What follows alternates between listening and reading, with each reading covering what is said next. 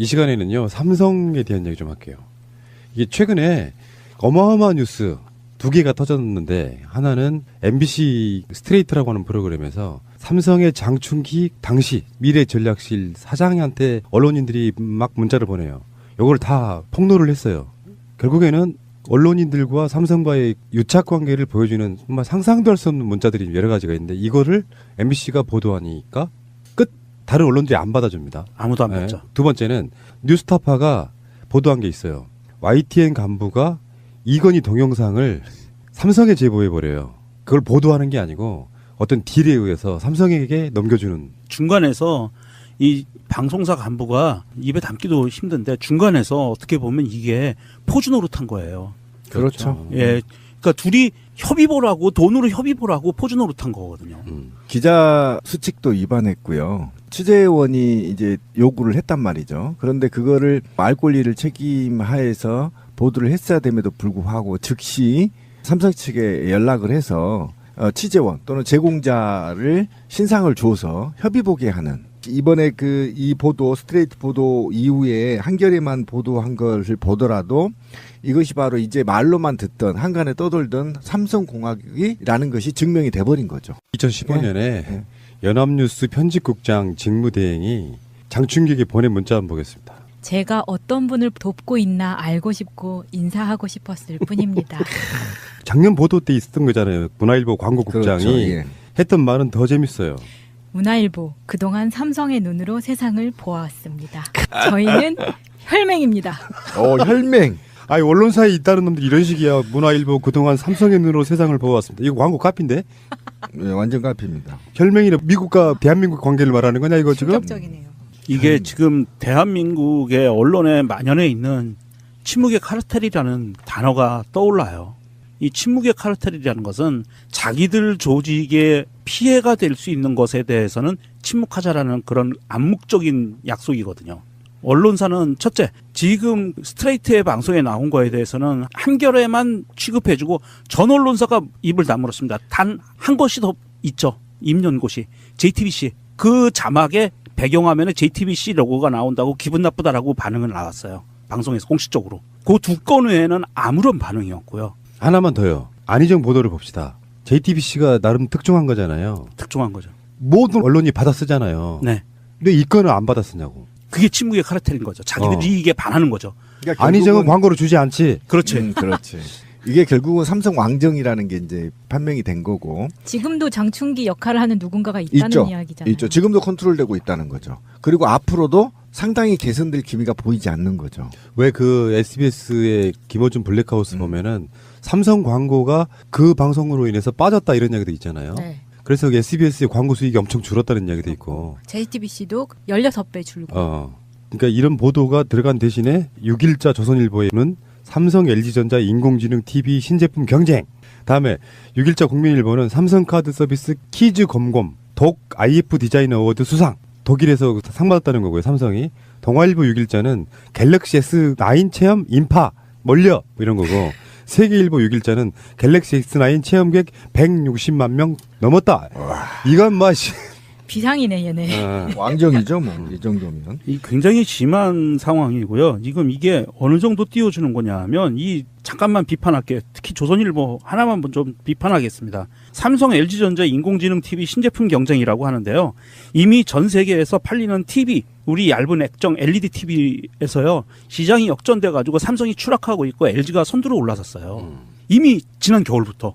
그런데도 불구하고 얘네들은 그냥 경쟁인 거예요. 삼성이 떨어졌는데 경쟁, 아니면 비슷하면 독보적인 시장 장악 이렇게 나오는 거고요. 지금 가장 큰 문제가 어떻게 개선해 나갈 거냐는 거잖아요. 그러니까 삼성이 무엇을 하든 돈줄을 쥐고 있다라는 거잖아요. 지금 광고에 돈줄을 쥐고 있고, 이 돈줄을 어떻게 차단하느냐, 이게 지금 관건 아닙니까? 그죠? 그동안에 우리가 삼성에서 놀아났고 국민연금을 5천억을 날려도 누구 하나도 기사 써준 데가 없는, 그리고 삼성이 세계 제1류 기업이었다고 하는 이건희가 성매매를 집에서 해도 다뤄주지 않는 대한민국 언론들. 그러니까 이런 거 전반적으로 문제는 돈이잖아요. 돈. 그죠? 돈. 돈에 노예되어 있는 우리 언론들. 또는 반대로 말하면 삼성이 없으면 우리나라 언론이 망한다는 거죠. 그죠? 자기들이 생각하기에 예, 네. 생각하기에. 그러면 이제 우리 국민들이 해야 할 일이 있는 거죠. 망하게 만들어줘야죠. 예, 삼성을 망하게 만들면 됩니다. 제가 분명히 말하지만 삼성 폰을 쓰신 분들은 이 행위를 지지하는 거예요. 삼성 왕국을 지지하는 거고요. 이재용을 떠받드는 겁니다. 삼성의 힘이 작용했다고밖에 볼 수 없는 게 그걸 보도한 내용 보도 자체를 똑같은 방식으로 힘으로 누르고 있다는 게 흔히 말해서 어비진 기사라고 JTBC가 뭐 MBC가 뉴스타파가 이렇게 보도했다라고 보도하잖아요. 그거를 조선일보 같은 신문에는 오프라인 신문에는 실지도 않는 건 그렇다 치더라도 온라인판에도 전혀 언급조차 안 한다는 건 물론 삼성의 광고를 의식해서 그들이 자발적으로 하는 걸 수도 있겠지만 이런 상황이 됐을 때 MBC가 한 번 터뜨리고 안희정 이슈가 계속 커지는 이유가 뭐예요? JTBC가 하나 터뜨리니까 기성의 주요 매체뿐만 아니라 굉장히 많은 수백 개의 매체들이 동시에 터뜨리는 거거든요. 그래서 나라를 뒤흔드는 이슈가 됐어. 삼성도 마찬가지 아닙니까? 그러면 최소한 이런 언론들이 누구누구가 보도했다는 인용 보도라도 해주면서 뭔가 이게 사회적으로 뭐 이런 것을 이야기할 수 있어야 되는데 진짜 아까 말씀하신 정확한 표현 침묵의 카르텔이 이어지고 있다. 그러니까 삼성이 안 변하는 거죠. 이원병. 삼성도 안 바뀌면 우리도 안 바뀌는 거죠. 그죠? 근데 우리가 이제 바꿔 나가야죠. 우리 방송을 얼마 전에 나갔잖아요. 이재용의 판결문을 공개했던 오마이뉴스는 지금 법원 검찰청 출입 정지 1개월 당했습니다. 그렇죠. 그 다음에 더더욱이 언론들 솔직히 말하면 욕할 것도 없어요. 사법부들도 뭐 오줌 싸잖아요. 이재용이 뜨면. 그러니까 그런 상태에서 지금 이재용이 사실은 어찌 보면 그렇습니다. 문재인 정부에 맞서 있고요. 촛불혁명 국민과 맞서 있습니다. 니네들이 촛불혁명 일으켰다고 돈이 더 중요한가 보자. 돈지랄 하고 있는 거고요. 그죠? 문재인 대통령 네가 얼마나 잘한가 보자. 내가 돈으로 한번 너 흔들어 볼게. 이게 지금 이재용이 전면전 나서는 거예요. 사실은 전면전 뜬 거거든요. 그래서 석방됐고 석방된 후에 다시 어떻게 한겨레하고 MBC만 보도합니까? 이 많은 채널 중에. 이건 정말 충격이죠. 삼성의 반란이 시작된 거죠.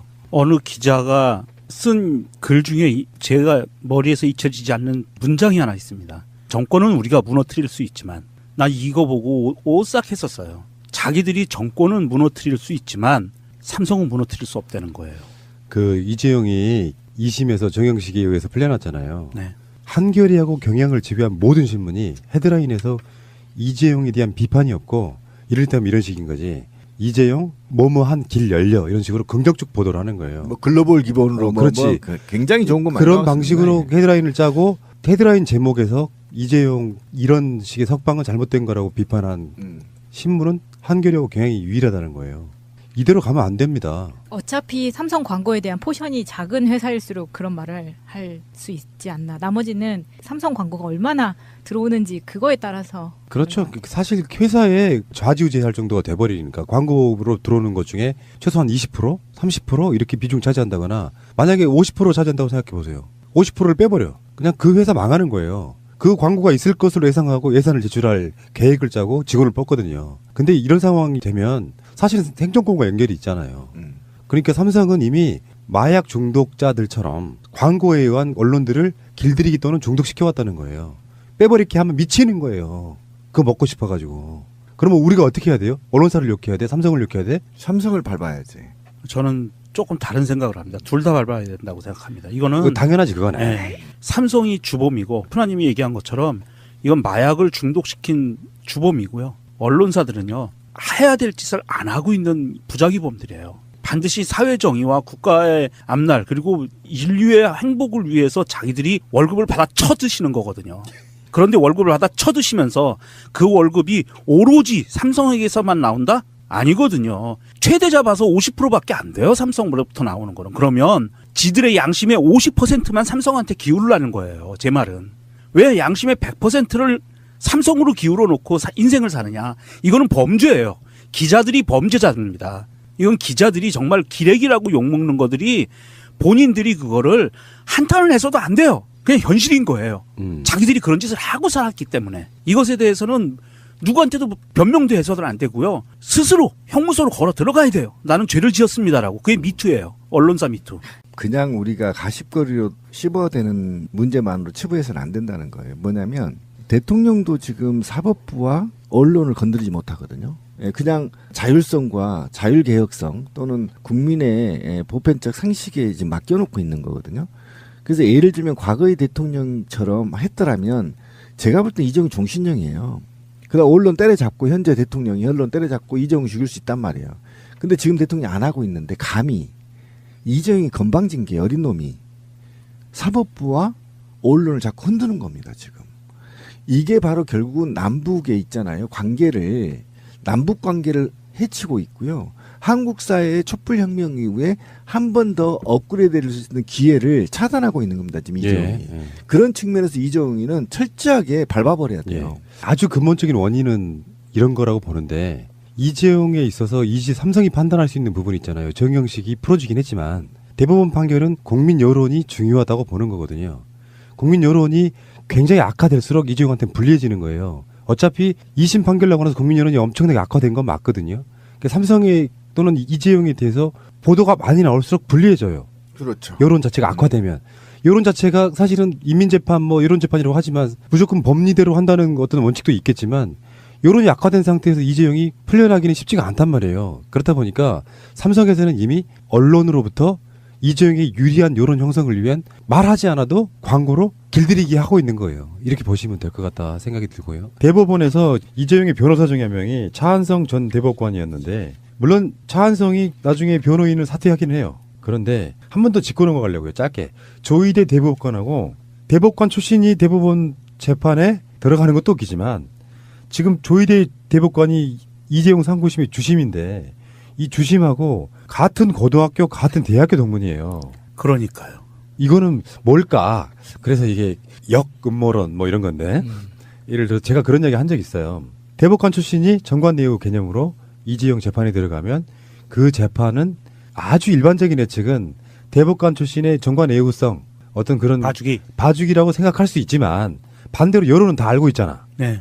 다 알고 있는 상황에서 이게 모르게 들어갔다면 여론화돼 있는 상황이라고 하면 대법원에서 이재용한테 유리한 판결을 내리는 건 사실상 불가능해요.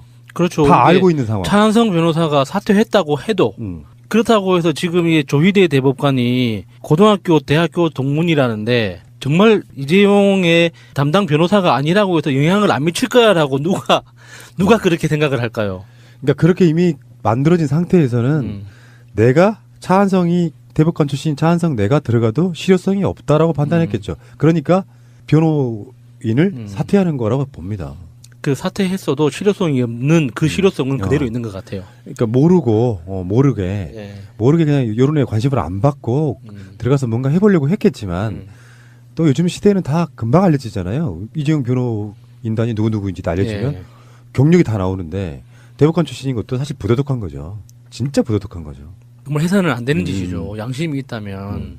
네덜란드에 가서 세월호 침몰에 관련된 시뮬레이션을 하고 있는 그 보도가 계속 나오고 있고 실제로는 검찰이 똑같은 종류의 시뮬레이션을 했는데 그 결과를 발표하지 않고 은폐해버렸다는 거거든요. 네, 그랬다는 거죠. 2014년도에 이 침몰 원인을 밝히기 위해서 과학적으로 이 원인을 밝히기 위해서 시뮬레이션 실험을 했어요. 모형을 제작해서 똑같이 지금 네덜란드에서 하는 것처럼 똑같이 했는데 결과 발표 자료에서 그 자료만 뺀 거죠. 그러니까 전체 상황을 보면 검찰에서는 은폐가 아니라고 하겠지만 누락도 의도적인 누락이면 은폐죠. 그러니까 이 시뮬레이션이 어떤 느낌이냐면은 세월호가 일단 검찰의 발표예요. 이거는 이제 우리가 수회 방송을 통해 이야기했던 것 중에 하나인데 조작일 가능성이 높아요. 그러니까 과적으로 인해서 구조 변경을 했고 과적으로 인해서 배 복원성이 심각하게 훼손된 상태에서 급변침으로 무너졌다는데 사실상 그 급변침이 그렇게 나오는 것도 이상하고 우리가 계속해서 의혹을 제기했던 것처럼 세월호가 무너지는 형태도 좀 이상했단 말이에요. 그래서 세월호가 정말로 과적에 의해서 급변침 때문에 또 거기 위에 이제 무슨 컨테이너라든지 이런 것이 한쪽으로 쏠리면서 무너진 게 맞느냐 이런 시뮬레이션을 해본 거거든요. 근데 사실상의 결론은 뭐냐면 깨진 창문, 유리창문 같은 걸로 물이 급속하게 들어오면서 무너졌다 이런 거거든요. 그러니까 급변침이라는 게 이제 우리가 하늘에서 봤을 때 좁은 형태의 U자 형태를 그리면서 세월호가 방향을 틀었느냐, 안 그러면은 완만한 U자 형태를 그리면서 방향을 틀었느냐, 이것 가지고 이런 논란이 많았는데, 제가 그 사고가 일어났던 그 해에도 정말 이 이슈가 나올 때마다 피를 토하면서 이야기를 했던 게 50톤이 넘는 배는 절대로 급변침을 할 수가 없습니다. 물리적으로 예를 들어서 우리가 그 자동차가 그 드리프트라고 하죠. 이렇게 끼끼끼 하면서 이제 방향을 완전히 180도 바꾸면서 멈추는 건 자동차니까 가능한 거지. 5톤, 10톤이 넘어가는 중량이 생기기 시작한 물리적인 어떤 물체가 물 위에서 그런 정도의 방향 선회를 위한 압력을 물 위에서는 주는 것 자체가 불가능합니다. 근데 100톤, 200톤도 아니고 수천 톤짜리 배가 그런 급변침으로 방향이 변한다는 건 사실 말에서나, 그러니까 글로 지어낸 이야기 속에서나 가능한 거지 현실 세계에서는 있을 수가 없는 일이거든요. 그런데 그 급변침이라는 걸 사고 초기부터 해군에서 그리고 그 해수부에서 급변침이라는 말을 딱 찍어놓고 급변침이라는 말을 중심으로 나머지 사건들을 해석을 해냈단 말이에요. 그러니까 급변침은 있었다는 게 진실이 돼버린 거죠. 급변침 프레임. 예. 그래서 저는 그게 너무 답답했거든요. 액체 위에 떠 있는 물체가 일정 중량 이상이 되면 그 힘을 물체의 질량만큼 힘이 있어야 되는 거거든요. 근데 엔진은 그 정도 힘이 없단 말이에요. 엔진에도 그 정도 힘이 없는데 방향타만 가지고 급변침을 했다는 건 사실상 그거는 꿈나라 이야기도 아니에요. 진짜 말이 안 되는 거거든요.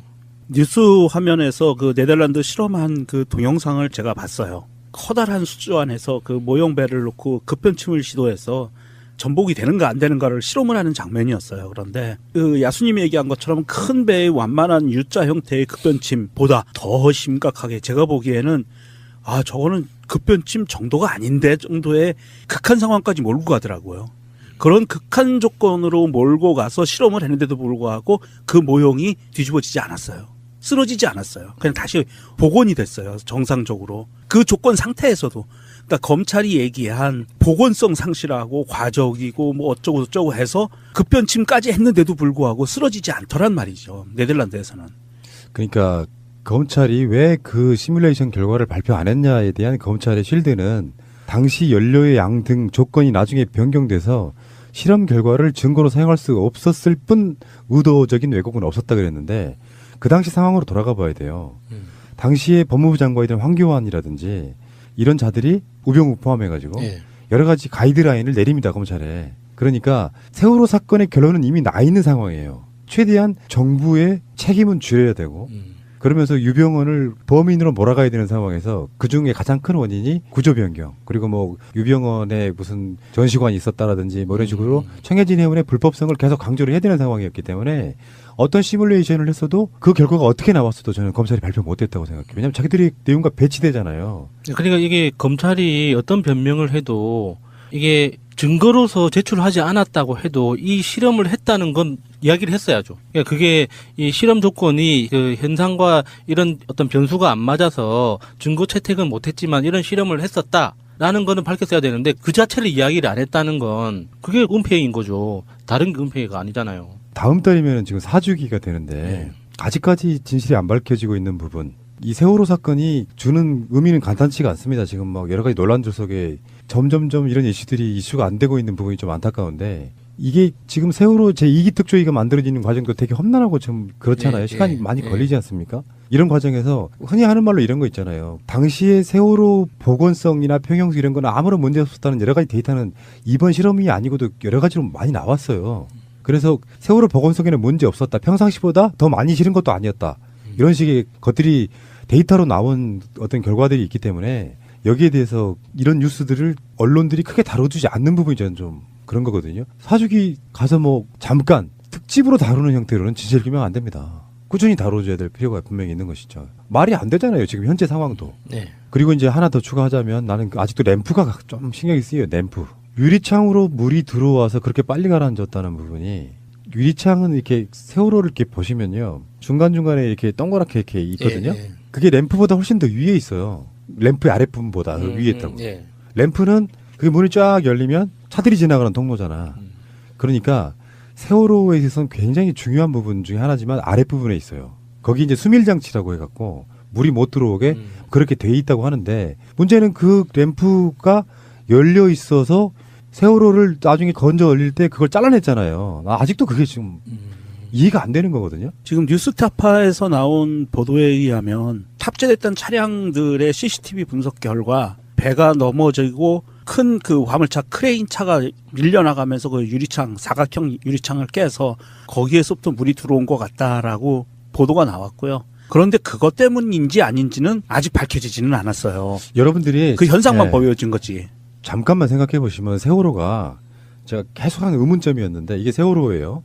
이렇게 정상적인 데서 어떤 식으로 무너지냐면은 이렇게 뒤집어지는 것도 아니고 과적에 의해서 급변침이 했다 그러면 뒤집어지는 게 바로 뒤집어져야 돼요. 앞뒤가 딱. 근데 세월호가 가라앉는 부분은 이렇게 가라앉아요. 뒷부분으로 급격하게 물이 들어왔다는 게 증명이 돼요. 나중에 동영상 이런 거 한번 보십시오. 뒷부분 또 가라앉으면서 묘하게 그냥 넘어진 상태에서 물이 들어왔다가 아니고 뭔가 뒤쪽 부분에는 굉장히 많이 물이 들어온 상태로 선 밑쪽이 깊게 가라앉으면서 이렇게 넘어진다. 뒤부터 터졌다는 예. 거죠. 예. 그러니까 거기에 어마어마한 양의 물이 들어왔다는 건데 이거는 분명히 진실 규명이 좀 돼야 된다고 보는 것입니다. 자, 어쨌건 이런 진실 규명들을 해 나가는 데 있어서 저는 이렇게 봐요. 천안함 사건도 그렇고 세월호 사건도 그렇고 이제 최소한 관련자들의 양심 선언이 나올 때가 된 게 아니냐. 그게 이제 돈이라든지 뭐 여러 가지 양심 선언이 잘 안 되는 나라이긴 하잖아요. 네. 온갖 논란에 휩싸이고 법적인 처벌을 받고 이런 부분도 있겠지만 이런 분들이 양심 선언이 좀 나와줄 필요가 있다라고 생각합니다.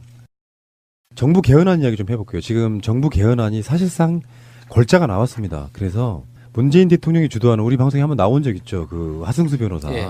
국민헌법 자문특별위원회 부위원장이 나오셔서 이야기했지만 지금 골자는 이런 것 같아요. 아직 확정된 안이라고 볼 수는 없는데 가장 핵심은 4년 연임제로 할 것이다. 그 미국하고 비슷하네요. 중임제하고 연임제하고 뭐가 다릅니까? 중임제는 연속이 아니어도 음. 한 번 건너뛰고 다시 한 번 할 수 있는 거고 4년 연임은 연속해서 2번 하지 않으면은 그 다음 기회가 없는 거죠. 연속되다 하고 중복되다 이렇게 좀 이해를 하시면 쉬울 것 같아요. 그리고 여기 핵심 중에 보니까 국회의 조약 비준이나 예산 통제권이 강화된대요. 이 헌법에 들어가는 것 중에. 다음에 사회적 약자의 우대 정책에 대한 조항들이 신설된다 그러고요.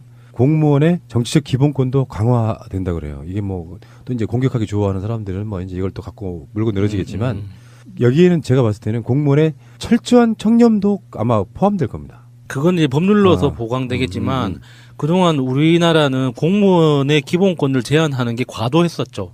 그리고 그 공무원의 정치적 중립 의무라는 게 잘못 해석이 돼서 법률에서도 잘못 규율하고 있었던 거예요. 원래는 공무원의 정치적 중립 의무라는 건 권리였거든요. 그러니까 자신이 정치적 영향력을 받지 않을 권리.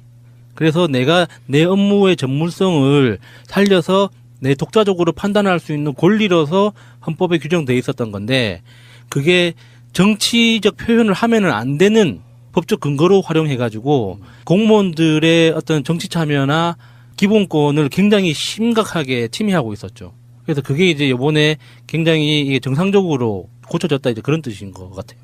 이 국민개헌안의 핵심은 권력구조는 연임제지만 사실은 이제 가장 중요한 것은 인권 부분을 어떻게 할 것이냐에 가장 중요한데 아직 지금 이 상황에서 정부 개헌안을 일단 내놨다는 뉴스가 떴다는 소식이 들리자마자 자유한국당이 20일까지 자기들도 개헌안을 만들어서 제출하겠다라는 반응이 나왔어요. 그런 것을 보면 이것이 굉장히 큰 압박 효과는 있다. 5당 대표들과 오찬 회동에서 정의당 그 이정미 대표가 그런 얘기는 했어요. 개헌에 관계된 이야기를 한번 하긴 했거든요. 그런 이야기를 국회에다가 넘겨주지 정부 개헌안 하지 말아줬으면 좋겠다. 이런 얘기를 했는데 사실은 국회에서 국회끼리만 해결하지 못하는 버거운 문제가 걸려 있기 때문에 내지는 국회의 이익만을 위한 개헌이 될 확률이 너무 높기 때문에 정부 개헌안이 중요한 거고요. 사실 정부 개헌안 보면 굉장히 그 꼼꼼하게 신경 쓴 티는 나요. 왜냐하면 국회의 권한을 굉장히 많이 높여줬거든요. 이거 제가 작년에쯤 한번 말씀을 드렸었는데 미국 국회와 비슷한 권한을 행사할 수 있을 만큼의 예산권 이런 정말 국회가 해야 될 본연의 임무를 막대한 권한을 주고 헌법상에서 그걸 권한을 주는 그런 티가 나요. 그런 것을 봤을 때 정부 입장에서는 굉장히 이거를 과거에 뭐 다른 정부들이 그 아전인수격으로 내가 편하기 위해서 개헌을 발의하는 게 아니라 정말 그 대한민국이라는 나라의 미래를 보고 개헌안을 만들어낸 거 아닌가 하는 그런 생각이 들더라고요. 그러니까 이거는 흐름을 이렇게 봐야 될 것 같아요.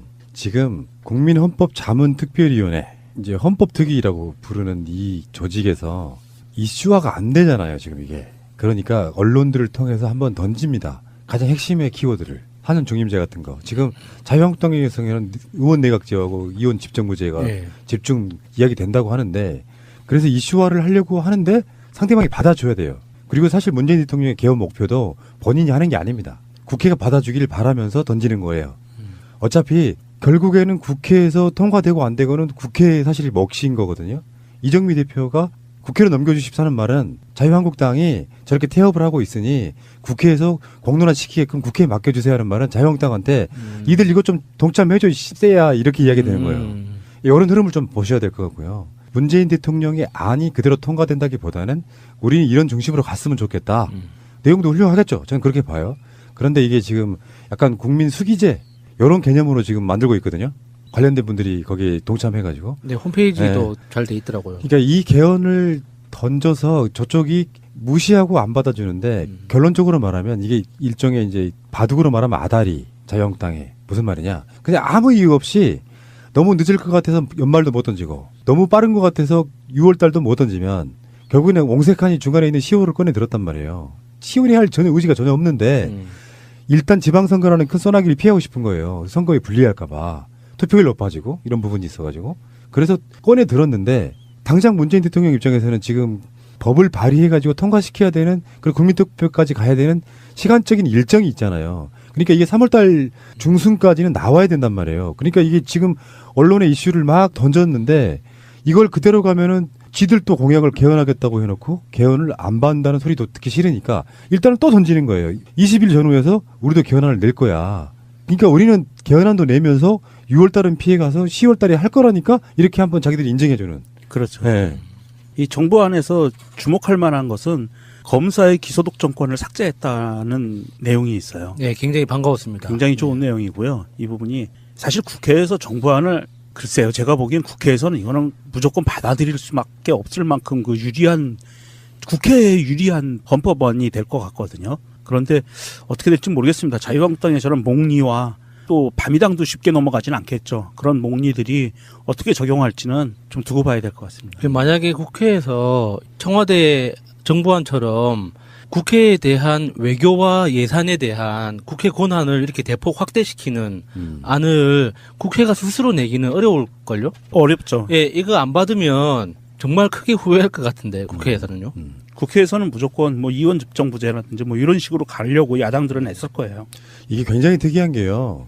지금까지 개헌은 수도 없이 이야기가 되어 왔는데 대통령이 임기 초기에 스스로 꺼내든 건 사상 초유의 일이에요. 왜 그러냐면 중반기를 거쳐 임기를 대충 그때쯤에 이제 임기가 얼마 안 남았을 때 대통령한테 개헌하라고 요구를 합니다. 당신 공약했잖아. 대부분 공약을 하고 대통령이 되거든요. 그러면 이제 흔히 말해서 이슈의 블랙홀이 돼가지고 대통령 자체가 중심이 안 된 상태로 어떻게 바뀌는지 말는지 막 이슈의 중심이 돼서 이번에 박근혜가 탄핵당하기 직전에도 굳이 꺼내들였던 게 개헌안이었는데 실패한 거잖아요. 예. 그런 관점으로 근데 문재인 대통령은 난 약속했으니까 6월 달에 하자고 라고 꺼내드는 굉장히 이례적인 경우예요. 그래서 멋있어요. 참. 자, 어쨌건 지금 정세균 의장 입장에서도 사실은 개헌에 가장 적극적인 사람이 정세균 의장이에요. 예. 근데 국회에서 합의가 안 돼. 여소야대의 부분도 있겠지만 자유한국당의 권함에 그 100석이 넘는 바람에 그렇다고 뭐 헌법을 만드는 데 있어갖고 날치기 뭐 이런 건 못하지. 예. 당연히 못하는데 정치가 지체되는 이유라고 보거든요. 정치가 지체되는 것이 그런 거예요. 저 한참 후진 쪽에 있는 사람들이 계속 어그로를 끄니까 그 어그로에 발목 잡혀가지고 진도를 못 나가면 결국 국가의 발전에 방해가 되는 거거든요. 말이 돼? 6월 항쟁 끝나고 개헌을 했잖아요. 근데 우리는 지금 촛불 이후에 물론 이 개헌 정부가 낸 개헌안에는 촛불이라는 명시적인 게 안 들어간대요. 대신에 3.1절, 4.19, 5.18 이런 정도는 헌법 정신에 들어간다고 하는데 이런 것들이 이제 명시적으로 국민들한테 뭔가 나라가 바뀌었음을 새로 바뀌었음을 선포하는 거거든요. 헌법이라고 하는 것이. 그래서 실제로 헌법에 우리 국민 하나하나가 조금이라도 행복하게 살 수 있게끔 국가가 헌법으로 보장하겠다. 그래야만 우리 국민들이 대통령을 파면시킨 의미가 나오는 거거든요. 이 시간에는요, 삼성에 대한 얘기 좀 할게요. 이게 최근에 어마어마한 뉴스 두 개가 터졌는데 하나는 MBC 스트레이트라고 하는 프로그램에서 삼성의 장충기 당시 미래전략실 사장한테 언론인들이 막 문자를 보내요. 이걸 다 폭로를 했어요. 결국에는 언론인들과 삼성과의 유착 관계를 보여주는 정말 상상도 할 수 없는 문자들이 여러 가지가 있는데 이거를 MBC가 보도하니까 끝. 다른 언론들이 안 받아줍니다. 아무도 안 네. 받죠. 두 번째는 뉴스타파가 보도한 게 있어요. YTN 간부가 이건희 동영상을 삼성에 제보해버려요. 그걸 보도하는 게 아니고 어떤 딜에 의해서 삼성에게 넘겨주는. 중간에서 이 방송사 간부가 입에 담기도 힘든데 중간에서 어떻게 보면 이게 포즈 노릇한 거예요. 그렇죠. 예, 그러니까 둘이 협의보라고 돈으로 협의보라고 포즈 노릇한 거거든요. 기자 수칙도 위반했고요. 취재원이 이제 요구를 했단 말이죠. 그런데 그거를 말 권리를 책임하에서 보도를 했어야 됨에도 불구하고 즉시 삼성 측에 연락을 해서 취재원 또는 제공자를 신상을 줘서 협의보게 하는, 이번에 이 보도 스트레이트 보도 이후에 한겨레만 보도한 것을 보더라도 이것이 바로 이제 말로만 듣던 한간에 떠돌던 삼성공학이라는 것이 증명이 돼버린 거죠. 2015년에 네. 연합뉴스 편집국장 직무대행이 장충기에게 보낸 문자 한번 보겠습니다. 제가 어떤 분을 돕고 있나 알고 싶고 인사하고 싶었을 뿐입니다. 작년 보도 때 있었던 거잖아요. 문화일보 광고국장이 그렇죠. 예. 했던 말은 더 재밌어요. 문화일보, 그동안 삼성의 눈으로 세상을 보아왔습니다. 저희는 혈맹입니다. 혈맹. 아니 언론사에 있다는 놈들이 이런 식이야. 문화일보 그동안 삼성의 눈으로 세상을 보아왔습니다. 이거 광고 카피인데? 네, 완전 카피입니다. 혈맹이는 미국과 대한민국 관계를 말하는 거냐 이거 지금? 충격적이네요. 이게 지금 대한민국의 언론에 만연해 있는 침묵의 카르텔이라는 단어가 떠올라요. 이 침묵의 카르텔이라는 것은 자기들 조직에 피해가 될 수 있는 것에 대해서는 침묵하자라는 그런 암묵적인 약속이거든요. 언론사는 첫째, 지금 스트레이트의 방송에 나온 거에 대해서는 한겨레만 취급해주고 전 언론사가 입을 다물었습니다. 단 한 곳이 더 있죠. 임연고시, JTBC. 그 자막에 배경화면에 JTBC 로고가 나온다고 기분 나쁘다라고 반응을 나왔어요. 방송에서 공식적으로. 그 두 건 외에는 아무런 반응이 없고요. 하나만 더요. 안희정 보도를 봅시다. JTBC가 나름 특종한 거잖아요. 특종한 거죠. 모든 언론이 받아 쓰잖아요. 네. 근데 이 건은 안 받아 쓰냐고. 그게 침묵의 카르텔인 거죠. 자기들이 이익에 반하는 거죠. 그러니까 안희정은 결국은- 광고를 주지 않지. 그렇지. 그렇지. 이게 결국은 삼성 왕정이라는 게 이제 판명이 된 거고. 지금도 장충기 역할을 하는 누군가가 있다는 있죠. 이야기잖아요. 있죠. 지금도 컨트롤되고 있다는 거죠. 그리고 앞으로도 상당히 개선될 기미가 보이지 않는 거죠. 왜 그 SBS의 김어준 블랙하우스 보면은 삼성 광고가 그 방송으로 인해서 빠졌다 이런 이야기도 있잖아요. 네. 그래서 SBS의 광고 수익이 엄청 줄었다는 이야기도 있고. JTBC도 16배 줄고. 그러니까 이런 보도가 들어간 대신에 6일자 조선일보에는 삼성 LG전자 인공지능 TV 신제품 경쟁. 다음에 6일자 국민일보는 삼성카드 서비스 키즈 검검 독 IF 디자인 어워드 수상. 독일에서 상 받았다는 거고요. 삼성이. 동아일보 6일자는 갤럭시 S9 체험 인파 몰려 이런 거고. 세계일보 6일자는 갤럭시 S9 체험객 160만 명 넘었다. 이건 맛이. 비상이네 얘네. 왕정이죠, 뭐. 이 정도면. 이 굉장히 심한 상황이고요. 지금 이게 어느 정도 띄워주는 거냐면 잠깐만 비판할게요. 특히 조선일보 하나만 좀 비판하겠습니다. 삼성 LG전자 인공지능 TV 신제품 경쟁이라고 하는데요. 이미 전 세계에서 팔리는 TV, 우리 얇은 액정 LED TV에서요. 시장이 역전돼 가지고 삼성이 추락하고 있고 LG가 선두로 올라섰어요. 이미 지난 겨울부터. 그런데도 불구하고 얘네들은 그냥 경쟁인 거예요. 삼성이 떨어졌는데 경쟁, 아니면 비슷하면 독보적인 시장 장악 이렇게 나오는 거고요. 지금 가장 큰 문제가 어떻게 개선해 나갈 거냐는 거잖아요. 그러니까 삼성이 무엇을 하든 돈줄을 쥐고 있다라는 거잖아요. 지금 광고에 돈줄을 쥐고 있고 이 돈줄을 어떻게 차단하느냐 이게 지금 관건 아닙니까? 그죠? 그동안에 우리가 삼성에서 놀아났고 국민연금을 5천억을 날려도 누구 하나도 기사 써준 데가 없는, 그리고 삼성이 세계 제1류 기업이었다고 하는 이건희가 성매매를 집에서 해도 다뤄주지 않는 대한민국 언론들. 그러니까 이런 거 전반적으로 문제는 돈이잖아요. 돈. 그죠? 돈.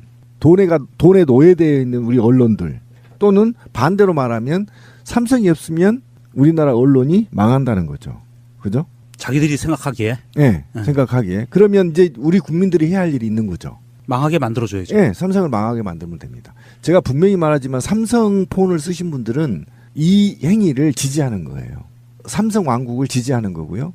이재용을 떠받드는 겁니다. 삼성의 힘이 작용했다고밖에 볼 수 없는 게 그걸 보도한 내용 보도 자체를 똑같은 방식으로 힘으로 누르고 있다는 게 흔히 말해서 어비진 기사라고 JTBC가 뭐 MBC가 뉴스타파가 이렇게 보도했다라고 보도하잖아요. 그거를 조선일보 같은 신문에는 오프라인 신문에는 실지도 않는 건 그렇다 치더라도 온라인판에도 전혀 언급조차 안 한다는 건 물론 삼성의 광고를 의식해서 그들이 자발적으로 하는 걸 수도 있겠지만 이런 상황이 됐을 때 MBC가 한 번 터뜨리고 안희정 이슈가 계속 커지는 이유가 뭐예요? JTBC가 하나 터뜨리니까 기성의 주요 매체뿐만 아니라 굉장히 많은 수백 개의 매체들이 동시에 터뜨리는 거거든요. 그래서 나라를 뒤흔드는 이슈가 됐어. 삼성도 마찬가지 아닙니까? 그러면 최소한 이런 언론들이 누구누구가 보도했다는 인용 보도라도 해주면서 뭔가 이게 사회적으로 뭐 이런 것을 이야기할 수 있어야 되는데 진짜 아까 말씀하신 정확한 표현 침묵의 카르텔이 이어지고 있다. 그러니까 삼성이 안 변하는 거죠. 이원병. 삼성도 안 바뀌면 우리도 안 바뀌는 거죠. 그죠? 근데 우리가 이제 바꿔 나가야죠. 우리 방송을 얼마 전에 나갔잖아요. 이재용의 판결문을 공개했던 오마이뉴스는 지금 법원 검찰청 출입 정지 1개월 당했습니다. 그렇죠. 그 다음에 더더욱이 언론들 솔직히 말하면 욕할 것도 없어요. 사법부들도 뭐 오줌 싸잖아요. 이재용이 뜨면. 그러니까 그런 상태에서 지금 이재용이 사실은 어찌 보면 그렇습니다. 문재인 정부에 맞서 있고요. 촛불혁명 국민과 맞서 있습니다. 니네들이 촛불혁명 일으켰다고 돈이 더 중요한가 보자. 돈지랄 하고 있는 거고요. 그죠? 문재인 대통령 네가 얼마나 잘한가 보자. 내가 돈으로 한번 너 흔들어 볼게. 이게 지금 이재용이 전면전 나서는 거예요. 사실은 전면전 뜬 거거든요. 그래서 석방됐고 석방된 후에 다시 어떻게 한겨레하고 MBC만 보도합니까? 이 많은 채널 중에. 이건 정말 충격이죠. 삼성의 반란이 시작된 거죠. 어느 기자가 쓴 글 중에 제가 머리에서 잊혀지지 않는 문장이 하나 있습니다. 정권은 우리가 무너뜨릴 수 있지만 나 이거 보고 오싹했었어요. 자기들이 정권은 무너뜨릴 수 있지만 삼성은 무너뜨릴 수 없다는 거예요. 그 이재용이 2심에서 정영식에 의해서 풀려났잖아요. 네. 한겨레하고 경향을 지배한 모든 신문이 헤드라인에서 이재용에 대한 비판이 없고 이를테면 이런 식인 거지. 이재용 뭐뭐한 길 열려 이런 식으로 긍정적 보도를 하는 거예요. 뭐 글로벌 기본으로 그렇지. 굉장히 좋은 거 많이 그런 나왔습니다. 방식으로 헤드라인을 짜고 헤드라인 제목에서 이재용 이런 식의 석방은 잘못된 거라고 비판한 신문은 한겨레하고 경향이 유일하다는 거예요. 이대로 가면 안 됩니다. 어차피 삼성 광고에 대한 포션이 작은 회사일수록 그런 말을 할 수 있지 않나. 나머지는 삼성 광고가 얼마나 들어오는지 그거에 따라서. 그렇죠. 사실 회사에 좌지우지할 정도가 돼버리니까 광고로 들어오는 것 중에 최소한 20%, 30% 이렇게 비중 차지한다거나 만약에 50% 차지한다고 생각해 보세요. 50%를 빼버려. 그냥 그 회사 망하는 거예요. 그 광고가 있을 것으로 예상하고 예산을 제출할 계획을 짜고 직원을 뽑거든요. 근데 이런 상황이 되면 사실은 행정권과 연결이 있잖아요. 그러니까 삼성은 이미 마약 중독자들처럼 광고에 의한 언론들을 길들이기 또는 중독시켜왔다는 거예요. 빼버리기 하면 미치는 거예요. 그거 먹고 싶어가지고. 그러면 우리가 어떻게 해야 돼요? 언론사를 욕해야 돼? 삼성을 욕해야 돼? 삼성을 밟아야지. 저는 조금 다른 생각을 합니다. 둘 다 밟아야 된다고 생각합니다. 이거는 그거 당연하지 그거는. 네. 삼성이 주범이고 프나님이 얘기한 것처럼 이건 마약을 중독시킨 주범이고요. 언론사들은요. 해야 될 짓을 안 하고 있는 부작위범들이에요. 반드시 사회 정의와 국가의 앞날 그리고 인류의 행복을 위해서 자기들이 월급을 받아 쳐드시는 거거든요. 그런데 월급을 받아 쳐드시면서 그 월급이 오로지 삼성에게서만 나온다? 아니거든요. 최대 잡아서 50%밖에 안 돼요. 삼성으로부터 나오는 거는. 그러면 지들의 양심의 50%만 삼성한테 기울라는 거예요. 제 말은. 왜 양심의 100%를 삼성으로 기울어 놓고 인생을 사느냐. 이거는 범죄예요. 기자들이 범죄자입니다. 이건 기자들이 정말 기레기라고 욕먹는 것들이 본인들이 그거를 한탄을 해서도 안 돼요. 그냥 현실인 거예요. 자기들이 그런 짓을 하고 살았기 때문에. 이것에 대해서는 누구한테도 변명도 해서는 안 되고요. 스스로 형무소로 걸어 들어가야 돼요. 나는 죄를 지었습니다라고. 그게 미투예요. 언론사 미투.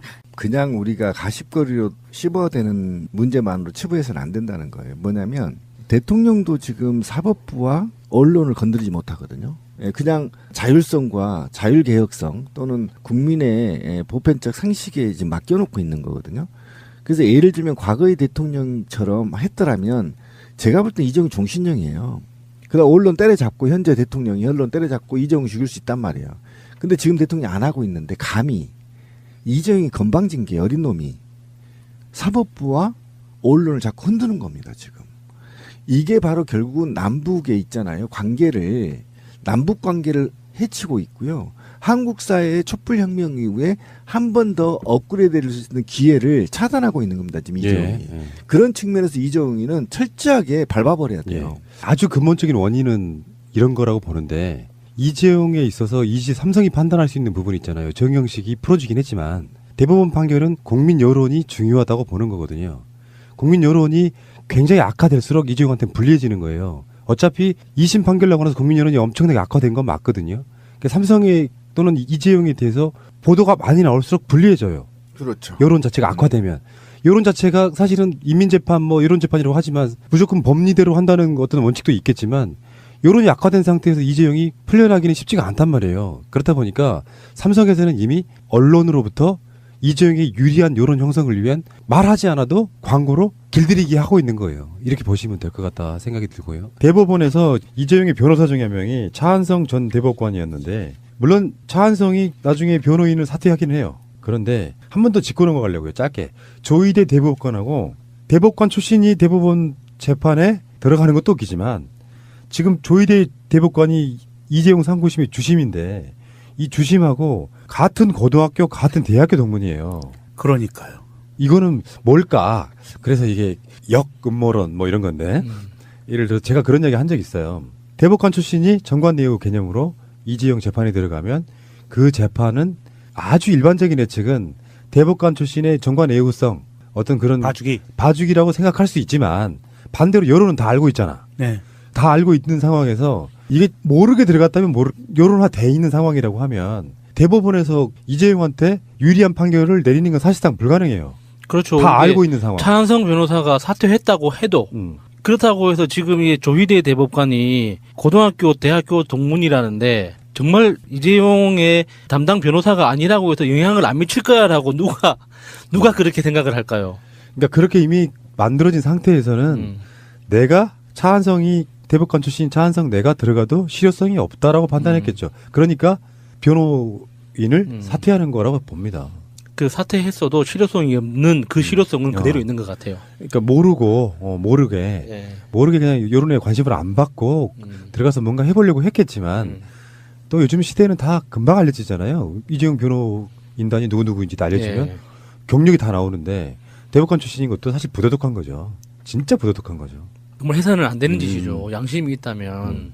네덜란드에 가서 세월호 침몰에 관련된 시뮬레이션을 하고 있는 그 보도가 계속 나오고 있고 실제로는 검찰이 똑같은 종류의 시뮬레이션을 했는데 그 결과를 발표하지 않고 은폐해버렸다는 거거든요. 네, 그랬다는 거죠. 2014년도에 이 침몰 원인을 밝히기 위해서 과학적으로 이 원인을 밝히기 위해서 시뮬레이션 실험을 했어요. 모형을 제작해서 똑같이 지금 네덜란드에서 하는 것처럼 똑같이 했는데 결과 발표 자료에서 그 자료만 뺀 거죠.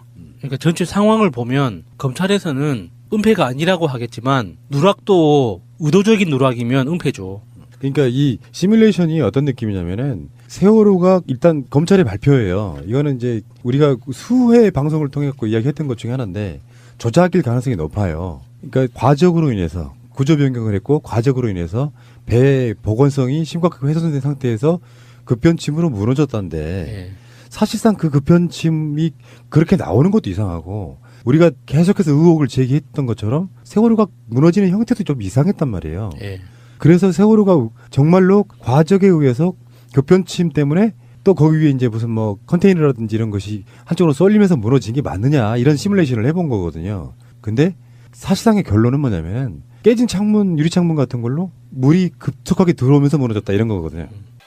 그러니까 급변침이라는 게 이제 우리가 하늘에서 봤을 때 좁은 형태의 U자 형태를 그리면서 세월호가 방향을 틀었느냐, 안 그러면은 완만한 U자 형태를 그리면서 방향을 틀었느냐, 이것 가지고 이런 논란이 많았는데, 제가 그 사고가 일어났던 그 해에도 정말 이 이슈가 나올 때마다 피를 토하면서 이야기를 했던 게 50톤이 넘는 배는 절대로 급변침을 할 수가 없습니다. 큰 그 화물차 크레인 차가 밀려나가면서 그 유리창, 사각형 유리창을 깨서 거기에서부터 물이 들어온 것 같다라고 보도가 나왔고요. 그런데 그것 때문인지 아닌지는 아직 밝혀지지는 않았어요. 여러분들이 그 현상만 보여진 거지. 잠깐만 생각해 보시면 세월호가 제가 계속 한 의문점이었는데 이게 세월호예요. 이렇게 정상적인 데서 어떤 식으로 무너지냐면은 이렇게 뒤집어지는 것도 아니고 과적에 의해서 급변침이 했다 그러면 뒤집어지는 게 바로 뒤집어져야 돼요. 앞뒤가 딱. 근데 세월호가 가라앉는 부분은 이렇게 가라앉아요. 뒷부분으로 급격하게 물이 들어왔다는 게 증명이 돼요.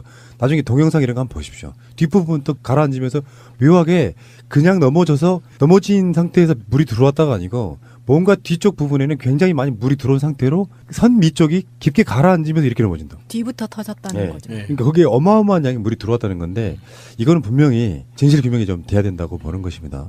자, 어쨌건 이런 진실 규명들을 해 나가는 데 있어서 저는 이렇게 봐요. 천안함 사건도 그렇고 세월호 사건도 그렇고 이제 최소한 관련자들의 양심 선언이 나올 때가 된 게 아니냐. 그게 이제 돈이라든지 뭐 여러 가지 양심 선언이 잘 안 되는 나라이긴 하잖아요. 네. 온갖 논란에 휩싸이고 법적인 처벌을 받고 이런 부분도 있겠지만 이런 분들이 양심 선언이 좀 나와줄 필요가 있다라고 생각합니다. 정부 개헌안 이야기 좀 해볼게요. 지금 정부 개헌안이 사실상 골자가 나왔습니다. 그래서 문재인 대통령이 주도하는 우리 방송에 한번 나온 적 있죠. 그 하승수 변호사. 예. 국민헌법 자문특별위원회 부위원장이 나오셔서 이야기했지만 지금 골자는 이런 것 같아요. 아직 확정된 안이라고 볼 수는 없는데 가장 핵심은 4년 연임제로 할 것이다. 그러니까 미국하고 비슷하네요. 중임제하고 연임제하고 뭐가 다릅니까? 중임제는 연속이 아니어도 음. 한 번 건너뛰고 다시 한 번 할 수 있는 거고 4년 연임은 연속해서 2번 하지 않으면은 그 다음 기회가 없는 거죠. 연속되다 하고 중복되다 이렇게 좀 이해를 하시면 쉬울 것 같아요. 그리고 여기 핵심 중에 보니까 국회의 조약 비준이나 예산 통제권이 강화된대요. 이 헌법에 들어가는 것 중에. 다음에 사회적 약자의 우대 정책에 대한 조항들이 신설된다 그러고요. 공무원의 정치적 기본권도 강화된다 그래요. 이게 뭐 또 이제 공격하기 좋아하는 사람들은 뭐 이제 이걸 또 갖고 물고 늘어지겠지만 여기에는 제가 봤을 때는 공무원의 철저한 청렴도 아마 포함될 겁니다. 그건 이제 법률로서 아, 보강되겠지만 그동안 우리나라는 공무원의 기본권을 제한하는 게 과도했었죠. 그리고 그 공무원의 정치적 중립 의무라는 게 잘못 해석이 돼서 법률에서도 잘못 규율하고 있었던 거예요. 원래는 공무원의 정치적 중립 의무라는 건 권리였거든요. 그러니까 자신이 정치적 영향력을 받지 않을 권리. 그래서 내가 내 업무의 전문성을 살려서 내 독자적으로 판단할 수 있는 권리로서 헌법에 규정돼 있었던 건데 그게 정치적 표현을 하면은 안 되는 법적 근거로 활용해가지고 공무원들의 어떤 정치 참여나 기본권을 굉장히 심각하게 침해하고 있었죠. 그래서 그게 이제 이번에 굉장히 이게 정상적으로 고쳐졌다 이제 그런 뜻인 것 같아요. 이 국민개헌안의 핵심은 권력구조는 연임제지만 사실은 이제 가장 중요한 것은 인권 부분을 어떻게 할 것이냐에 가장 중요한데 아직 지금 이 상황에서 정부 개헌안을 일단 내놨다는 뉴스가 떴다는 소식이 들리자마자 자유한국당이 20일까지 자기들도 개헌안을 만들어서 제출하겠다라는 반응이 나왔어요. 그런 것을 보면 이것이 굉장히 큰 압박 효과는 있다. 5당 대표들과 오찬 회동에서 정의당 그 이정미 대표가 그런 얘기는 했어요. 개헌에 관계된 이야기를 한번 하긴 했거든요. 그런 이야기를 국회에다가 넘겨주지 정부 개헌안 하지 말아줬으면 좋겠다. 이런 얘기를 했는데 사실은 국회에서 국회끼리만 해결하지 못하는 버거운 문제가 걸려 있기 때문에 내지는 국회의 이익만을 위한 개헌이 될 확률이 너무 높기 때문에 정부 개헌안이 중요한 거고요. 사실 정부 개헌안 보면 굉장히 그 꼼꼼하게 신경 쓴 티는 나요. 왜냐하면 국회의 권한을 굉장히 많이 높여줬거든요. 이거 제가 작년에쯤 한번 말씀을 드렸었는데 미국 국회와 비슷한 권한을 행사할 수 있을 만큼의 예산권 이런 정말 국회가 해야 될 본연의 임무를 막대한 권한을 주고 헌법상에서 그걸 권한을 주는 그런 티가 나요. 그런 것을 봤을 때 정부 입장에서는 굉장히 이거를 과거에 뭐 다른 정부들이 그 아전인수격으로 내가 편하기 위해서 개헌을 발의하는 게 아니라 정말 그 대한민국이라는 나라의 미래를 보고 개헌안을 만들어낸 거 아닌가 하는 그런 생각이 들더라고요. 그러니까 이거는 흐름을 이렇게 봐야 될 것 같아요. 지금 국민헌법자문특별위원회 이제 헌법특위라고 부르는 이 조직에서 이슈화가 안 되잖아요. 입니다. 물리적으로 예를 들어서 우리가 그 자동차가 그 드리프트라고 하죠. 이렇게 끼끼끼 하면서 이제 방향을 완전히 180도 바꾸면서 멈추는 건 자동차니까 가능한 거지. 5톤, 10톤이 넘어가는 중량이 생기기 시작한 물리적인 어떤 물체가 물 위에서 그런 정도의 방향 선회를 위한 압력을 물 위에서는 주는 것 자체가 불가능합니다. 근데 100톤, 200톤도 아니고 수천 톤짜리 배가 그런 급변침으로 방향이 변한다는 건 사실 말에서나, 그러니까 글로 지어낸 이야기 속에서나 가능한 거지 현실 세계에서는 있을 수가 없는 일이거든요. 그런데 그 급변침이라는 걸 사고 초기부터 해군에서 그리고 그 해수부에서 급변침이라는 말을 딱 찍어놓고 급변침이라는 말을 중심으로 나머지 사건들을 해석을 해냈단 말이에요. 그러니까 급변침은 있었다는 게 진실이 돼버린 거죠. 급변침 프레임. 예. 그래서 저는 그게 너무 답답했거든요. 액체 위에 떠 있는 물체가 일정 중량 이상이 되면 그 힘을 물체의 질량만큼 힘이 있어야 되는 거거든요. 근데 엔진은 그 정도 힘이 없단 말이에요. 엔진에도 그 정도 힘이 없는데 방향타만 가지고 급변침을 했다는 건 사실상 그거는 꿈나라 이야기도 아니에요. 진짜 말이 안 되는 거거든요. 뉴스 화면에서 그 네덜란드 실험한 그 동영상을 제가 봤어요. 커다란 수조 안에서 그 모형배를 놓고 급변침을 시도해서 전복이 되는가 안 되는가를 실험을 하는 장면이었어요. 그런데 그 야수님이 얘기한 것처럼 큰 배의 완만한 U자 형태의 급변침보다 더 심각하게 제가 보기에는 저거는 급변침 정도가 아닌데 정도의 극한 상황까지 몰고 가더라고요. 그런 극한 조건으로 몰고 가서 실험을 했는데도 불구하고 그 모형이 뒤집어지지 않았어요. 쓰러지지 않았어요. 그냥 다시 복원이 됐어요. 정상적으로. 그 조건 상태에서도. 그러니까 검찰이 얘기한 복원성 상실하고 과적이고 뭐 어쩌고 저쩌고 해서 급변침까지 했는데도 불구하고 쓰러지지 않더란 말이죠. 네덜란드에서는. 그러니까 검찰이 왜 그 시뮬레이션 결과를 발표 안 했냐에 대한 검찰의 쉴드는 당시 연료의 양 등 조건이 나중에 변경돼서 실험 결과를 증거로 사용할 수 없었을 뿐 의도적인 왜곡은 없었다 그랬는데 그 당시 상황으로 돌아가 봐야 돼요. 당시에 법무부 장관이던 황교안이라든지 이런 자들이 우병우 포함해가지고 예. 여러 가지 가이드라인을 내립니다, 검찰에. 그러니까 세월호 사건의 결론은 이미 나 있는 상황이에요. 최대한 정부의 책임은 줄여야 되고 그러면서 유병헌을 범인으로 몰아가야 되는 상황에서 그중에 가장 큰 원인이 구조 변경 그리고 뭐 유병헌의 무슨 전시관이 있었다라든지 뭐 이런 식으로 청해진 해운의 불법성을 계속 강조를 해야 되는 상황이었기 때문에 어떤 시뮬레이션을 했어도 그 결과가 어떻게 나왔어도 저는 검찰이 발표 못했다고 생각해요. 왜냐하면 자기들이 내용과 배치되잖아요. 그러니까 이게 검찰이 어떤 변명을 해도 이게 증거로서 제출하지 않았다고 해도 이 실험을 했다는 건 이야기를 했어야죠. 그러니까 그게 이 실험 조건이 그 현상과 이런 어떤 변수가 안 맞아서 증거 채택은 못했지만 이런 실험을 했었다라는 거는 밝혔어야 되는데 그 자체를 이야기를 안 했다는 건 그게 은폐인 거죠. 다른 은폐가 아니잖아요. 다음 달이면 지금 4주기가 되는데 아직까지 진실이 안 밝혀지고 있는 부분. 이 세월호 사건이 주는 의미는 간단치가 않습니다. 지금 막 여러 가지 논란들 속에 점점점 이런 이슈가 안 되고 있는 부분이 좀 안타까운데 이게 지금 세월호 제2기 특조위가 만들어지는 과정도 되게 험난하고 좀 그렇잖아요. 시간이 많이 걸리지 않습니까? 이런 과정에서 흔히 하는 말로 이런 거 있잖아요. 당시에 세월호 복원성이나 평형수 이런 거는 아무런 문제 없었다는 여러 가지 데이터는 이번 실험이 아니고도 여러 가지로 많이 나왔어요. 그래서 세월호 복원성에는 문제 없었다. 평상시보다 더 많이 실은 것도 아니었다. 이런 식의 것들이 데이터로 나온 어떤 결과들이 있기 때문에 여기에 대해서 이런 뉴스들을 언론들이 크게 다뤄주지 않는 부분이 저는 좀 그런 거거든요. 4주기 가서 뭐 잠깐 특집으로 다루는 형태로는 진실 규명 안 됩니다. 꾸준히 다뤄줘야 될 필요가 분명히 있는 것이죠. 말이 안 되잖아요. 지금 현재 상황도. 네. 그리고 이제 하나 더 추가하자면 나는 아직도 램프가 좀 신경이 쓰여요. 램프. 유리창으로 물이 들어와서 그렇게 빨리 가라앉았다는 부분이 유리창은 이렇게 세월호를 이렇게 보시면요. 중간중간에 이렇게 동그랗게 이렇게 있거든요. 예. 그게 램프보다 훨씬 더 위에 있어요. 램프의 아랫부분보다 더 위에 있다고. 예.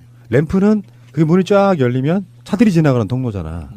그러니까 세월호에 있어서는 굉장히 중요한 부분 중에 하나지만 아랫부분에 있어요. 거기 이제 수밀장치라고 해갖고 물이 못 들어오게 그렇게 돼 있다고 하는데 문제는 그 램프가 열려 있어서 세월호를 나중에 건져 올릴 때 그걸 잘라냈잖아요. 아직도 그게 지금 이해가 안 되는 거거든요. 지금 뉴스타파에서 나온 보도에 의하면 탑재됐던 차량들의 CCTV 분석 결과 배가 넘어지고